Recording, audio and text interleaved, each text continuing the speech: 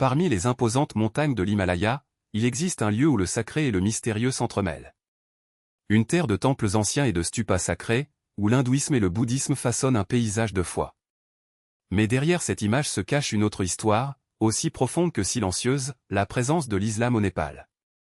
Comment cette religion est-elle arrivée dans un royaume isolé au milieu des montagnes? Quels secrets cachent ses frontières? Découvrons ensemble la trajectoire fascinante et souvent méconnue des musulmans népalais. L'histoire commence au XVe siècle, sous le règne du roi Ratnamala, une époque de routes commerciales très fréquentée et d'intenses échanges culturels.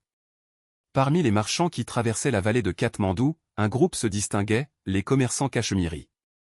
Ils ont apporté non seulement des biens, mais quelque chose de bien plus précieux, une nouvelle foi. Ces pionniers ont laissé des traces qui résistent à l'épreuve du temps. La mosquée cachemirienne, construite au cœur de la capitale, est un symbole vivant de cet héritage. Son architecture mélange des éléments islamiques et népalais, révélant une fusion harmonieuse entre les cultures. À l'arrière du temple, d'anciennes tombes abritent les dépouilles des premiers musulmans arrivés dans le pays. Ils ont construit cette mosquée il y a plus de 500 ans, un espace qui abrite aujourd'hui 5000 fidèles. Au fur et à mesure que la communauté grandissait, le lieu s'est adapté, les jours de grande affluence, jusqu'à 40 000 personnes se rassemblent dans les environs, transformant chaque centimètre carré en espace de prière.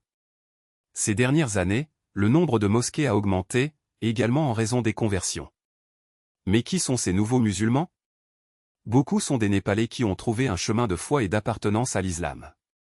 La communauté grandit non seulement par les naissances, mais aussi par l'attraction de valeurs telles que la solidarité et le soutien mutuel, proposés par les organisations islamiques. Aujourd'hui, les musulmans représentent environ 4,4% de la population népalaise, avec une forte présence dans la région de Taré. Là, ils vivent côte à côte avec des hindous et des bouddhistes, tissant une tapisserie culturelle unique. Le pays, bien que majoritairement hindou, s'est toujours distingué par sa tolérance religieuse. La Constitution garantit la liberté de culte, permettant aux musulmans de pratiquer leur foi sans crainte. La communauté islamique du Népal ne s'est pas arrêtée dans le temps. Des écoles religieuses, des centres communautaires et des madrasas ont vu le jour, offrant une éducation à la fois spirituelle et laïque. Mais tout n'est pas rose. En 2017, une loi a interdit les conversions forcées, avec de lourdes sanctions pour ceux qui enfreignaient les règles. Pourtant, la coexistence pacifique prévaut. De nombreux Népalais, quelles que soient leurs croyances, font preuve de respect mutuel. Je ne suis contre aucune religion, déclare un habitant du quartier. Je respecte les dieux de chacun. L'histoire de l'islam au Népal est un exemple inspirant de résilience et d'adaptation. Une communauté petite mais dynamique qui façonne et est façonnée par la terre qu'elle choisit d'habiter. Son héritage n'est pas seulement un chapitre du passé, mais une force vivante qui continue d'écrire l'avenir du pays. Ce récit de coexistence devrait servir de modèle aux autres nations.